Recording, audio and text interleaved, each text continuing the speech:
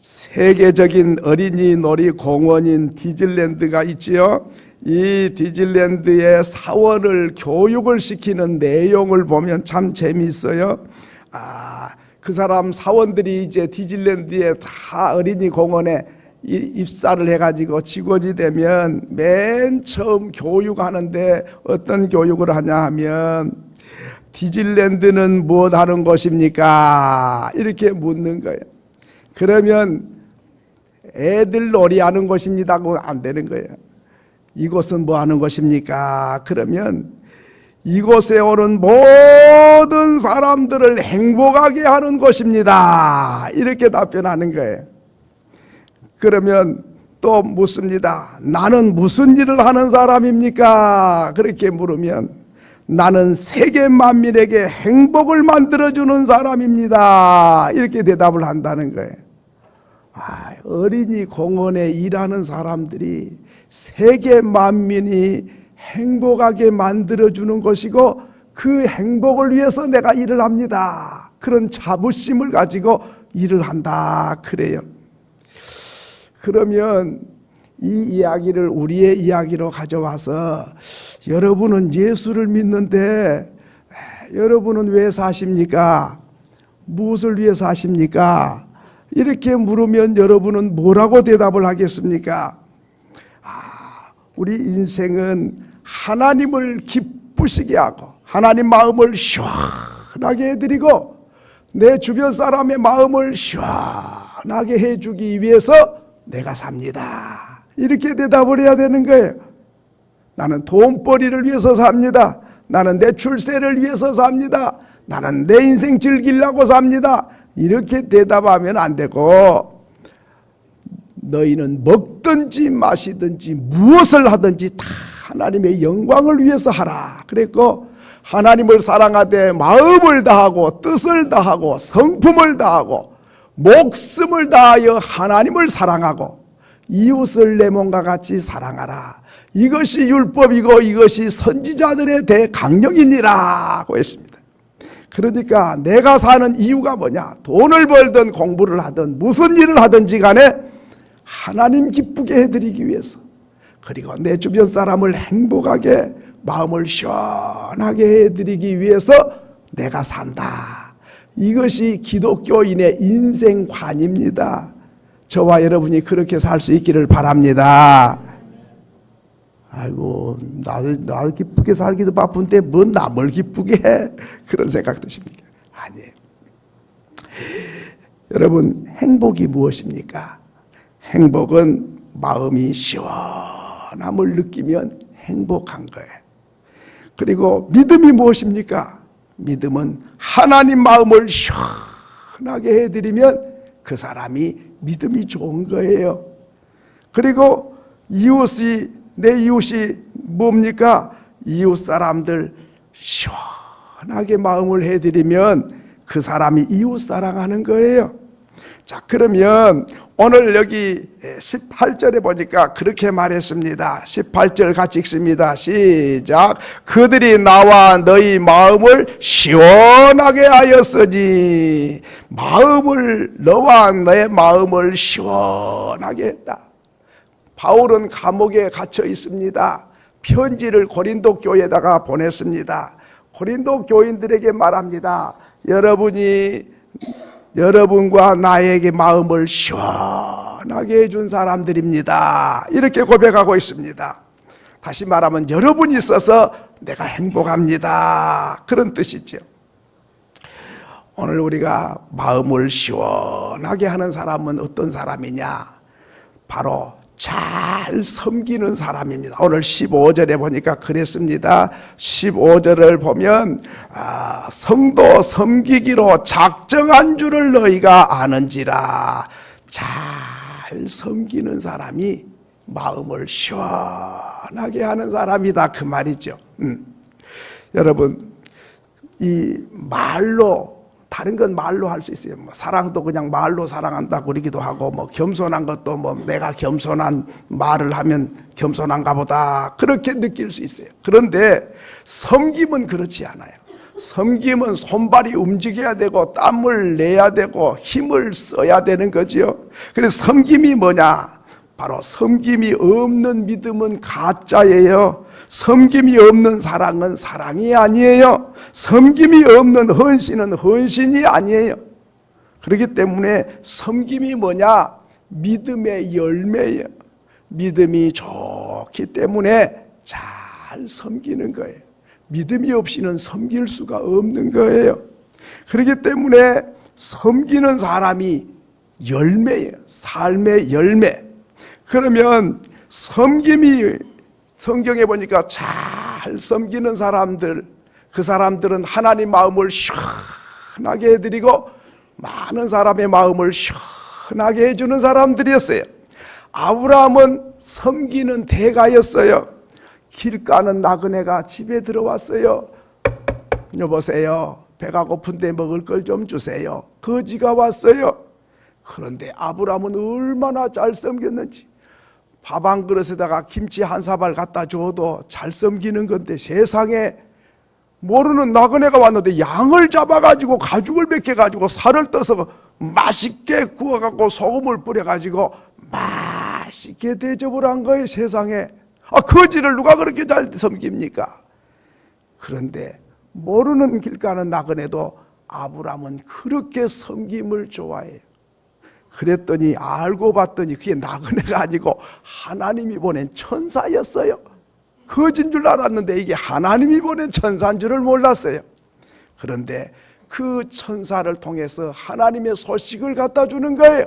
네가 아들이 없는데 앞으로 하나님이 아들을 줄 것이라고 기쁜 소식을 갖다 줘요. 아브라함이 거지를 섬겼더니 하나님 마음이 시원해지고 천사의 마음이 시원해지고 내 마음이 시원하지. 그래서 그렇게 원해도 낳지 못했던 아들을 100살에 아들을 얻게 됩니다. 섬기는 것은 수고로움이 따르고 땀을 흘려야 되지만은 못난 사람이 하는 게 아니에요. 비굴해서 섬기는 게 아니에요. 주인이면서도 종인 것처럼 섬기는 사람, 바로 그 사람이 하나님을 닮은 사람이에요. 복을 받을 사람이에요. 예수님은 이 땅에 오신 목적이 뭐냐? 섬김을 받아야 마땅함에도 불구하고 내가 섬김을 받으려고 온 것이 아니라 섬기려고 왔다고 했습니다. 그러므로 잘 섬기는 사람은 예수님 닮은 사람이고, 안 섬기고 섬김 받기 좋아하는 사람은 예수님과 거리가 먼 사람이에요. 교회 안에 여러분이 섬깁니다. 참 예수님 닮은 사람들입니다. 그런가 하면 요셉이도 잘 섬겼어요. 보디발의 집에 가가지고 얼마나 잘 섬겼는지 주인이 통장 다 맡기고 인감 도장 다 맡기고 통장을 다 맡기고 카드 다 맡기고 살림살이 창고 열쇠 다 맡겨버린 거예요. 와, 얼마나 알뜰하게 얼마나 잘 섬긴지. 이렇게 잘 섬기고 감옥에 가서도 죄소자들을 잘 섬기는 거예요. 꿈을 꾸고 고민하고 있으면 꿈 해몽을 다 해서 마음을 시원하게 해주는 거예요. 이렇게 종살이를 해도 잘 섬기고 감옥 생활을 해도 주변 사람 잘 섬기고, 그러니까 총리가 돼가지고 애굽 백성들을 잘 섬기는데 7년 동안 흉년이 들어서 다 굶어 죽어가는데도 창고를 지어가지고 풍년 때 곡식을 다 쌓았다가 7년 동안 흉년도에 다 백성을 먹여 살립니다. 이렇게 잘 섬긴 사람들은 내 주변 사람 마음이 시원해지고 하나님 마음이 시원해지고, 그러면 내 마음도 시원해져서 나도 행복하고 주변 사람이 행복해지고 하나님께 영광이 되는 줄로 믿습니다. 섬기는 사람이 얼마나 귀한지 몰라요. 그런가 하면 모세도 잘 섬겼어요. 저 광야에 나가서 양치는 주인을 잘 종이 돼서 섬겼어요. 그래가지고 그 집에 얼마나 잘 섬겼는지 딸을 줘가지고 사위가 됐어요. 사위가 돼서도 양을 잘 치고 주인을 잘 섬겼더니 장인이 마음이 시원해지고 장모님 마음도 시원해지고, 그랬더니 하나님께서 잘 섬긴 거 보시고 모세를 들어가지고 이스라엘 백성을 인도하고 섬기라고 보내요. 그래서 이스라엘 민족을 다 거느리고 광야길로 인도해 갑니다. 그러니까 얼마나 섬기는 사람은 귀한 사람인지 몰라요. 섬기는 사람은 종같이 참 그렇게 취급하기가 쉬운데, 섬기면요 하나님 마음도 시원해지고 주변 사람도 시원해지지만 내가 행복해지고 내가 잘 돼요. 그래서 성경에 보면 섬기는 자를 하나님은 높이신다. 아브라함이 잘 섬기니까 믿음의 조상으로 하나님이 높이시고, 요셉이가 잘 섬기니까 총리로 높이시고, 모세가 잘 섬기니까 이스라엘의 최고의 지도자로 하나님이 높이세요. 그렇습니다. 제가 스스로 낮아져서 잘 섬기고 발을 씻어주는 심정으로 섬기면 하나님께서 나도 마음 시원하지만은 행복해지고 하나님께서 축복하고 높이신다는 말입니다. 저는 이 연말이 다가올라 그러면 마음이 두근두근해져요. 왜냐하면 목사님 새해부터는 나 그 일 못하겠어요? 나 좀 침을 좀 덜어주세요. 이런 사람들이 가끔 있어요. 우리 동네는 없지만 저쪽 동네 가면 한 사람씩 있거든요. 그러면 마음이 답답해져요. 근데요 어떤 분들은 목사님 나 뭐 좀 맡겨주세요. 맡겨만 주면 내가 뭐든지 할게요. 이런 분을 보면 와 너무 귀한 분이에요. 야 예수님을 닮은 분이 바로 이분이네, 그런 마음이 들어요. 그런데요 여러분, 나는 하나님께서 나를 선택해서 하나님 자녀로 삼으시고 핏값을 주고 저와 여러분을 사셨어요. 이게 내게 아니에요. 이게 주님 거예요. 그런데 내가 할까 말까, 그저 섬길까 안 섬길까, 이걸 내가 결정하면 안 되는 거예요. 하나님이 결정하시고 하나님이 허락하신 거예요. 세상에 똑똑하고 훌륭하고 자격 있고 능력 있는 사람 많이 있어요. 죄 하나도 없는 천사도 있어요. 하나님은 그들에게 맡기지 아니하시고 부족하고 허물 많고 죄 많은 나와 여러분에게 핏값을 주고 사신 교회에 이 일을 좀 네가 맡으면 좋겠다 해서 하나님이 맡겨주신 거거든요. 그러면 할렐루야 아멘 하면서 주님께 잘 섬겨야 되는데 나 못하겠어. 목사님 나 그 일 시키지 마라. 나 못해. 이건 나 못해. 그렇게 너무 뻐기면 안 되는 거예요. 일을 맡기실 때는 축복과 함께 맡기신 거예요. 대통령이 장관을 임명하면 장관이 살 수 있는 집도 준비하고 자동차도 타고 다닐 수 있도록 준비하고 기사도 다 붙여주고 판공비도 다 줘서 다른 걱정하지 말고 이것만 하라고 다 일을 맡길 때는 일할 수 있는 필요한 걸 다 제공해줘요. 저와 여러분이 주님을 섬기고 이웃을 섬기고 사명을 다하려고 하면 하나님께서 건강도 필요하면 주시고 재물도 주시고 필요한 걸 다 공급해서 일을 하도록 하나님이 맡기신 거예요. 그런데 다 내려놔버려. 나 안 할 거야. 다 나야. 그러면 그 사람은 살 집도 줄 필요가 없고 자동차도 줄 필요가 없고 운전기사도 보낼 필요가 없고 월급도 줄 필요가 없고 그저 뭐 건강케 할 이유가 별로 없어. 아무것도 안 한 사람 건강 줘서 뭐 할 거요? 하나님이 사명을 주시고 섬기라고 그러면 아멘 할렐루야. 내같이 못나고 힘없는 사람에게 하나님이 대통령도 안 맡기는데 하나님이 내게 맡겨주셨네. 아멘 하고 충성스럽게 감당하면 죽도록 충성하라. 그리하면 생명의 면류관을 네게 더하시리라. 주님이 생명의 면류관을 내게 주고 싶어서 직분과 사명을 맡겨주신 겁니다. 그러므로 잘 섬기면 하나님 마음도 시원해지고 나에게도 복이 되고 주변 사람 마음까지 시원해지고 온 성도들의 마음이 시원해집니다. 저와 여러분이 잘 섬길 수 있기를 소원합니다. 두 번째로는 누가 마음을 시원케 하는 사람이냐 하면 부족한 것을 채워주는 사람이 마음을 시원케 하는 사람이다 했습니다. 오늘 17절 같이 한번 읽습니다. 시작. 내가 스데바나와 부드나도와 아가이고와 온 것을 기뻐하노니 그들이 너희 부족한 것을 채웠음이니라. 여러분, 누가 마음을 시원케 하냐면 부족한 걸 채워주는 사람이 마음을 시원하게 한 것이다. 하나님이 인간을 창조하실 때 완벽한 인간을 창조하지 않았습니다. 어딘가 부족함이 2% 부족하게 창조를 했어요. 그 어떻게 알 수 있느냐? 아담을 창조하시고 아담이 혼자 있는 것이 좋지 못하니 배필 하와를 만들어서 돕는 배필로 줘야 되겠다. 그래서 하와를 만들어 줬습니다. 그래서 하와는 뭐 해야 됩니까? 부족한 아담의 부족한 부분을 채워주라 그 말입니다. 뭐 아담만 부족한 게 아니죠. 하와가 부족한 건 아담이 네가 채워주고 아담의 부족한 부분은 하와 네가 채워줘라. 그래서 이렇게 채워줘서 함께 협력을 해야 행복하도록 그렇게 하나님이 지으셨다 그 말이죠. 그렇기 때문에 오늘 우리가 주변 사람을 보고 실수가 있고 허물이 있고 그렇지만은 그것이 정상인 걸 아셔야 돼요. 예?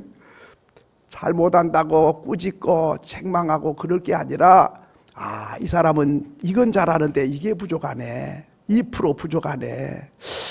부족해 왜 그게 못하냐고 그러면 안 되고 내가 어떻게 저 부족한 걸 채워줄까? 이걸 고민하고 생각한 사람이 하나님 마음을 가진 사람. 부족한 것이 내 눈에 보인 것은 내가 채워줘라 그 뜻입니다. 그런데 오늘 우리는 잘못한 걸 보면 지적하고 꾸짖고 책망하고 야단치고 그렇게만 해요. 그게 전혀 하나님 뜻을 모르는 사람입니다. 여러분 부부간에도 잘못하고 허물이 보이거나 좀 모자란 부분이 보이면 내가 이거 해라고 하나님이 내게 보이게 했네 이렇게 생각합니까? 그것도 못해. 그게 멍청하게 그것도 못하냐고. 이렇게 되면 그러면 나는 다 잘합니까? 내가 부족한 게 또 있거든. 그러면 그럴 때마다 당신은 잘했어 이렇게 되면 어찌 됩니까? 무너져 내리는 거예요. 그런데 부족한 게 보이면 잘 격려해서 다독거려 가지고 보완을 해서 도와줘서 그래서 잘하게 하면 바로 그 사람 마음도 시원하고 내 마음도 시원하고 하나님 마음도 시원해진다. 믿으시면 아멘. 이렇게 되는 거죠. 교회 안에서도 마찬가지입니다. 목사가 다 잘합니까? 실수투성이에요. 잘못한 게 한두 가지가 아니에요. 그런데 장로님들이 다 덮어주고 이렇게 채워주고 이렇게 하니까 하는 거예요. 우리가 다 마찬가지예요. 완벽한 사람이 어디 있습니까? 실수 한 번도 안 하고 뭐든지 100%다 잘하고 똑똑하고 잘생겼고 실력 있고 설교도 잘하고 인간성도 좋고 기도도 하고 뭐도 잘하고 100% 잘하는 사람 한 명도 없어요. 다 부족한 부분이 있어요. 이거를 채워주는 사람, 그게 행복한 사람이라 하는 것입니다. 실로암 안과 병원이 있습니다. 여러분 잘 아실 거예요. 그런데 돈을 몇백만 원 들이면 개안 수술을 하면 앞을 환히 볼 수 있는 환자가 우리나라에 5만 명이나 된다 그럽니다. 몇백만 원 수술비가 들면 된다 그래요. 어떤 권사님이 그 소리를 듣고 세상에 몇백만 원 없어가지고 평생 소경이 돼서 깜깜한 인생을 사니 내가 저 눈 한 사람이라도 띄워줘야 되겠다 이렇게 생각하고 저축을 했어요. 그래서 몇백만 원을 모았어요. 이 돈을 들고 실로암 병원 원장을 찾아갑니다. 이게 뭡니까? 원장님, 돈 몇백만 원 가지면은 눈을 열어서 앞이 환하게 볼 수 있다는데 내가 쓸 때도 많고 하지만은 이거 가져왔는데 눈 두 사람 몫이니까 두 사람 눈 좀 띄어서 깜깜한 소경이 환한 세상을 좀 볼 수 있도록 그렇게 해주세요. 그러시냐고. 그러면 여기다가 이름하고 주소랑 연락처를 좀 써놓고 가세요. 아닙니다. 나는 그거 원치 않습니다. 그래도 그렇지 누가 가져온 줄 알아야 될 거 아닙니까? 아닙니다. 어느 교회 권사라고만 써주세요. 이렇게 하고 맡기고 갔습니다. 그러니까 이제 원장님이 그 교회 목사님께 전화가 한 거예요. 목사님 참 훌륭하십니다.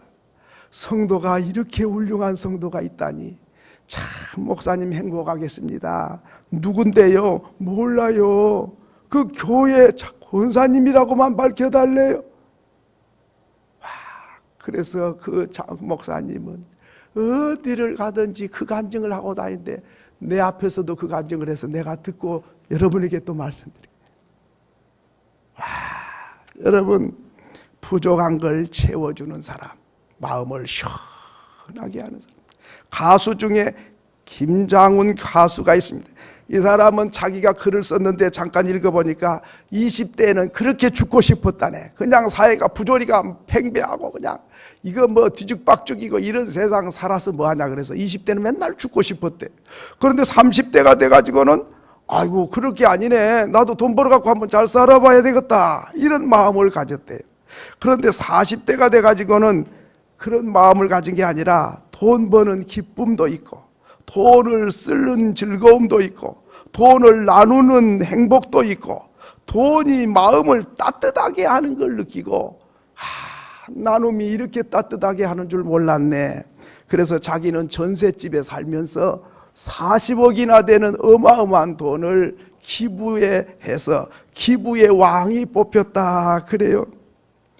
여러분, 오늘 우리는 이 부족한 부분을, 아니 이 좋은 시대에 왜 가난해? 땀 흘려 일하면 얼마든지 잘 살아, 그런 소리 하는 게 아니에요. 그럴 만한 사정이 있겠지. 내가 뭘 좀 어떻게 하면 저 부족한 부분을 조금이라도 채울 수 있을까? 이 사람이 하나님 마음을 가진 사람이죠. 근데 맨날 못 산 사람은 못 산다고 비난하고 잘 산 사람은 도둑질해서 잘 산 거 아닌가 싶어갖고 비판하고 이래가지고야 그 마음이 건강한 마음이 아니잖아요. 세 번째로는 어떻게 하면 마음이 시원해지는가? 오늘 18절에 보니까 그들이 너와 너희 마음을 시원하게 하였으니 그러므로 너희는 이런 사람들을 알아주라. 수고한 사람을 알아주는 거, 바로 그것이 마음을 시원하게 합니다. 우리 교회도 수고하는 분들이 많이 계시죠? 그런 분들 마음을 알아주고 얼마나 수고하셨어요. 김장하느라고 얼마나 고생하셨어요. 비 오는 날 주차 안내하느라고 얼마나 힘드셨어요. 준비하느라고 얼마나, 전도하느라고 얼마나 힘썼어요. 음식 준비하느라고 얼마나 힘썼어요. 이런 일 저런 일 한 분들을 알아주고 격려해주고 축복해주면 마음이 시원해져요. 그런데 알아주지 못하면 마음이 답답해지는 거예요. 여러분, 마음을 알아주는 사람은 특징이 있습니다. 마음을 알아주는 사람은 그 마음을 늘 사람을 볼 때 불쌍히 여기고 또 이해해주고 또 참 칭찬해주고 격려를 해주고 축복해주고, 그런 사람들은 그 마음을 아는 사람들이에요. 그런데 잘 몰라준 사람은 자꾸 꾸짖고 지적하고 비판하고 책망하고 야단치고, 그런 사람은 마음을 잘 몰라주는 사람이에요. 우리가 일을 항상 잘할 수는 없지요. 혹 잘못했을지라도 아유 괜찮아, 다음에 잘하면 되지요. 하여튼 수고 많이 하셨어요. 우리는 늘 격려를 많이 해줘야 돼요. 왜? 교회에 다 봉사하는 분들인데 우리가 참 축복하고 격려를 많이 해주는 사람은 마음을 알아주는 사람이다. 마음을 알아주는 사람은 다른 표현으로 하면 마음을 만져주는 사람이다. 여러분, 피부 마사지를 누가 해줘봐도 시원하지. 껍데기만 만져도 더 시원한데 마음을 만져주면 얼마나 시원하겠어요. 알아주는 거예요. 얼마나 슬프냐고, 얼마나 힘드냐고, 얼마나 어렵냐고, 얼마나 고생했냐고, 이렇게 알아주는 거. 뭐 알아주는데 뭐 미천이 듭니까? 알아주는데 뭐 수고가 따릅니까? 그런데도 몰아주는 건 몰라줘. 돈이 없어서 못 사는 게 아니라 마음을 알아주지 못해서 못 사는 거예요. 마음만 알아주면 아무리 고생을 해도 희망이 있고 용기가 솟아납니다. 그런데 몰라주면 그냥 다 그만두고 싶은 마음이 자꾸만 생기는 거죠. 우리 예수님은 마음을 참 잘 알아주신 분이세요. 우리 예수님은 겟세마네 동산에서 피땀 흘려 기도하시는데 제자들이 졸고 있는 거예요. 내 같으면 정신 차려 이놈들아, 응? 지금 때가 어느 때인데 자고 있어. 지금 내일 십자가에 지금 내가 죽게 생겼는데 잠이 오냐? 막 이렇게 호통칠 것도 같은데 주님이 그러지 않아요. 마음은 원이지만은 육신이 연약해서 그런 거야. 와, 주님은 어떻게 그 마음 깊이를 다 알아주시는지. 제자들이 그 말 듣고 더 미안해하고 죄스러워하잖아요. 여러분, 오늘 우리가 알아주는 게 참 중요합니다. 나다나엘이 예수님께 왔습니다. 예수님께 오자 예수님이 나다나엘을 보자마자 말씀하십니다. 나다나엘아, 네 마음에 간사한 것이 없도다. 나를 어떻게 아셨습니까? 아유, 뭐 그거 가지고 놀래냐? 네가 나무 밑에서 기도한 거 내가 다 알고 있어. 그러니까 나다나엘이 와, 주님이시네요. 감동하고 감탄해 버립니다. 알아주면 이렇게 마음이 시원해져요. 오늘 우리가 알아주는 게 필요합니다. 저는 이번 월요일부터 화요일까지 경기노예 교직자 세미나에 다녀왔습니다. 세미나를 마치고 이제 우리를 건어물 가게 앞에다가 대주면서 쥐포도 하나 잡수시고 오징어빨도 하나 잡수시라고 그래가지고 그 해물 건어물 가게 앞에다가 목사님 다 내려놨어요. 그런데 이렇게 보니까 맛을 보라고 조금씩 잘라놓은 게 있어요. 그런데 뭐 다른 거는 뭐 먹을 건 별로 없고 그 김을 가루를 부숴가지고 깨소금을 뿌려가지고 볶아놓은 게 있는데 그게 한 봉지씩 이렇게 있는데 맛을 보라고 좀씩 내놨어요. 그런데 딱 보니까 이렇게 먹어보니까 고소하고 상당히 괜찮아요. 짭짤하고. 아이고, 혼자 있을 때 막 반찬 차리기도 귀찮고 그냥 밥 한 숟갈 나가고 막 이렇게 해가지고 한 끼 먹으면 그냥 뭐 더 이상 반찬 필요 없겠다 생각이 들어가지고 이 한 봉지 사가야 되겠다 하고 살라고 보니까 그 옆에 교회 하느라고 너무 힘들어가고 사모님이 도망가 버리고 혼자 있는 목사님이 내 옆에 딱 있어요. 아이고, 어떻게 나만 그걸 또 사가지고 오기가 그래. 그 사람 맨날 밥에 먹느라고 사모님도 없이 목회하느라고 얼마나 힘들까 생각하니까 이거 참 혼자 못 사겠어요. 그래, 한 봉지 더 사가지고 저 사람 하나 줘야 되겠다 생각해. 이쪽에 보니까 사모님이 외국에 가 있고 혼자 있는 또 목사님이 또 있는 거야. 그렇네. 이거 참 나만 또 어떻게 하냐. 그래가지고 한 봉지 더 사야 되겠다. 그 뒤에 보니까는 또 개척교회 하는 목사님들이 몇 명 있는데 교인도 별로 없었고 집에서 예배드리는 목사님들 또 몇 사람 또 있는 거야. 그래가지고 안 되겠다. 하나님이 같이 한 봉지씩 사 먹으라 그러신 것 같다 하는 마음이 들어가지고 가까운 목사님을 돈을 주면서 한 봉지씩 사가지고 여기 개척교회 목사님들 한 봉지씩 드리면 좋겠네요. 좀 수고 좀 해달라고. 그렇게 하죠. 그래가지고 한 봉지씩 다 사드렸어요. 그리고 이제 버스를 타고 오는데 저 가평 휴게소에 내려갖고 잠시 쉬고 있는데 이분들이 나한테 와가지고 조 목사님, 우리 마음을 어떻게 그렇게 만졌어요? 어때 내 마음을 알았어? 혼자 밥에 먹는 걸 어찌 알았어? 잘 먹을게요. 제가 거기서 한 가지 느낀 게 하나 있습니다. 10,000원짜리 김가루도 마음이 만져지네. 그 한 봉지가 뭔 마음을 만질까? 전혀 마음과 상관없을 것 같은데 그 김가루 한 봉지가 마음이 만져졌다는 거다. 그래서 나는 한 봉지도 안 가져오고 그냥 이렇게 했는데 그것을 내가 10봉지 먹은 것보다 더 깊은 거 있죠. 그분들이 그 얼굴이 환해지는 그 모습을 보면 순간에 내 마음이 얼마나 시원해졌는지 조금 더 해가지고 그냥 다 돌렸으면 좋을 뻔했다 그런 마음이 드는 거예요. 여러분, 말 한마디로 마음을 만질 수가 있습니다. 작은 거 하나도 마음을 만질 수가 있어요. 그것이 그에게 위로가 되고 힘이 될 수가 있어요. 우리는 굉장한 것을 꿈꾸십니까? 아닙니다. 마음을 만지면요, 인간 삶을 포기하고 싶은 사람도 용기를 가지게 돼요. 예. 오늘 우리가 가정에서건 교회 안에서건 우리가 마음을 만지려고 애를 쓰는 사람, 그 마음은 눈빛을 보면 다 알잖아요. 저 사람 형편이 어떤지, 몸 상태가 어떤지, 참 저들의 요즘에 직장이 어렵다는데 어떤지, 부모님 때문에 힘들어하는 분, 자녀 때문에 한숨 쉬는 분도 있어요.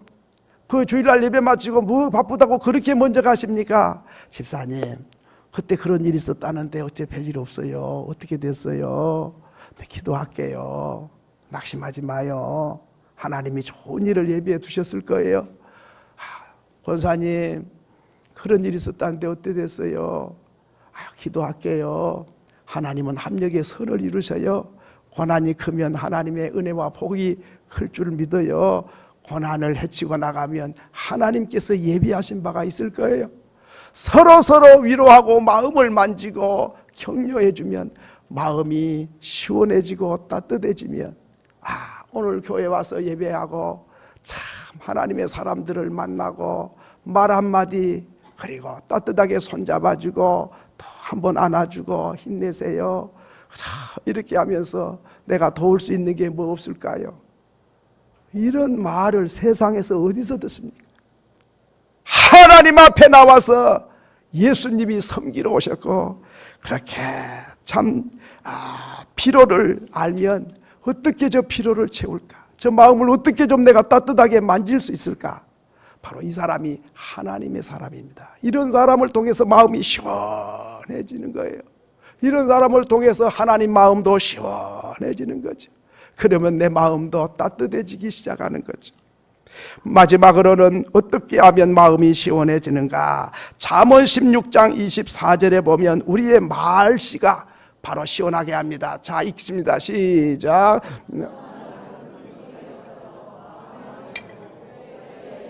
자, 선한 말은 꿀송이 같아서 마음에 달고 뼈에 양약이 되느니라.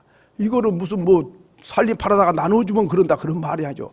선한 말, 위로의 말, 격려의 말, 힘이 되는 말, 용기를 불어넣는 말, 확신을 주는 말, 소망이 들어있는 말, 이런 말을 들으면 그 말이 꿀송이 같이 들리고, 그리고 마음에 너무 달콤하고, 그리고 뼈에 양약이 된다.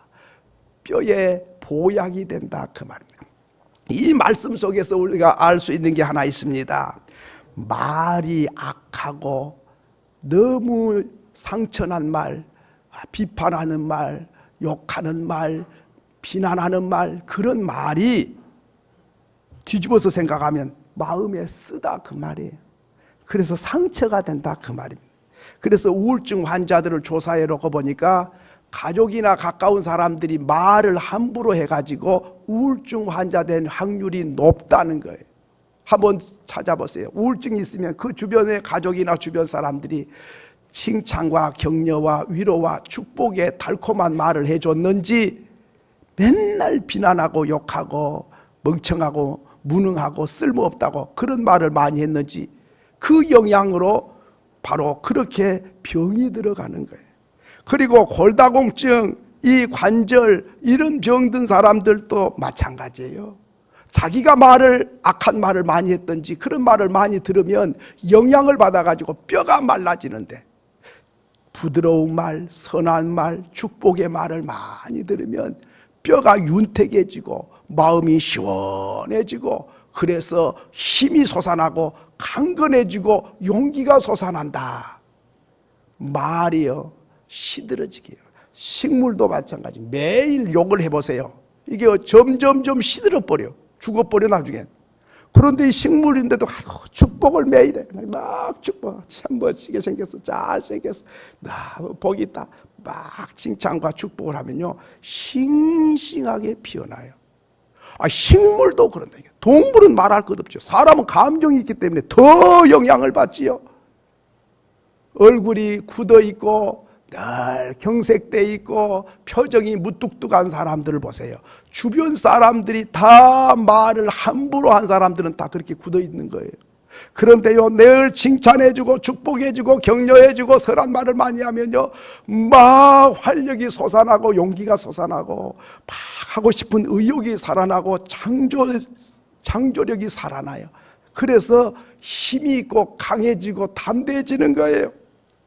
마지막으로는 좋은 소식이 우리의 마음을 시원하게 합니다. 잠언 25장 25절에 보면 그렇게 말씀했습니다. 잠언 25장 25절 읽습니다. 시작. 먼 땅에서 오는 좋은 기별은 목마른 사람에게 냉수 같으니라. 먼 땅에서 오는 좋은 소식이 뭡니까?